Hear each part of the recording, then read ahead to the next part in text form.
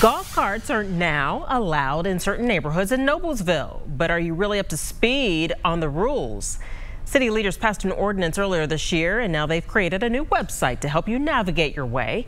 You can find it at cityofnoblesville.org/golf carts. It has answers to frequently asked questions, an information brochure, and details on the approval process for neighborhoods. Officials remind residents you can't just start up a golf cart and cruise around anywhere you want. So checking out the website is definitely recommended.